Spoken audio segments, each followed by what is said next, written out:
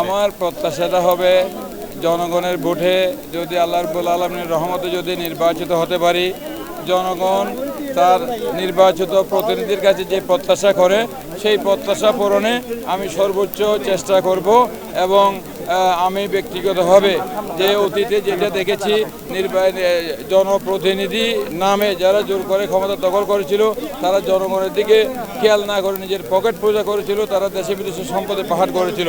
আগামী দিনে আমরা মনে করি একটা দুর্নীতিমুক্ত সুষ্ঠু একটা মানবিক বাংলাদেশ গড়ার ক্ষেত্রে আমাদের প্রত্যেকের ভূমিকা রাখা উচিত এবং আমি ব্যক্তিগতভাবে সেই লক্ষ্যে ইনশাল্লাহ কাজ করে যাব। নির্বাচনের পরিবেশটা বা নিরাপত্তা সবকিছু মিলে কেমন প্রত্যাশা করছেন এবং এখন পর্যন্ত কেমন? টানা তৃতীয়বার অর্জন করেছে দেশের সেরা সুপার ব্র্যান্ড স্বীকৃতি বসুন্ধরা টিস্যু।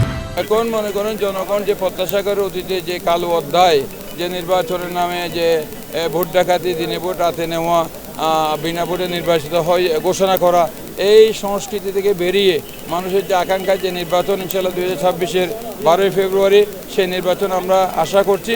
এবং এই পর্যন্ত যে পরিবেশ এবং নির্বাচন কমিশন এবং সরকারের প্রতি আমরা আস্থা রাখতে চাই, তারা অত্যন্ত দক্ষতার সাথে এবং পেশাদারিত্বের সাথে তারা এই যে নির্বাচনের পরিবেশ অক্ষুণ্ণ রাখার জন্য অস্ত্রধারী সন্ত্রাসী গ্রেপ্তার করবে, অস্ত্রধারী সন্ত্রাসীদের বিরুদ্ধে ব্যবস্থা নেবে এবং নির্বাচনের পরিবেশ সুষ্ঠু রাখবে, এটা আমাদের প্রত্যাশা করি আমরা।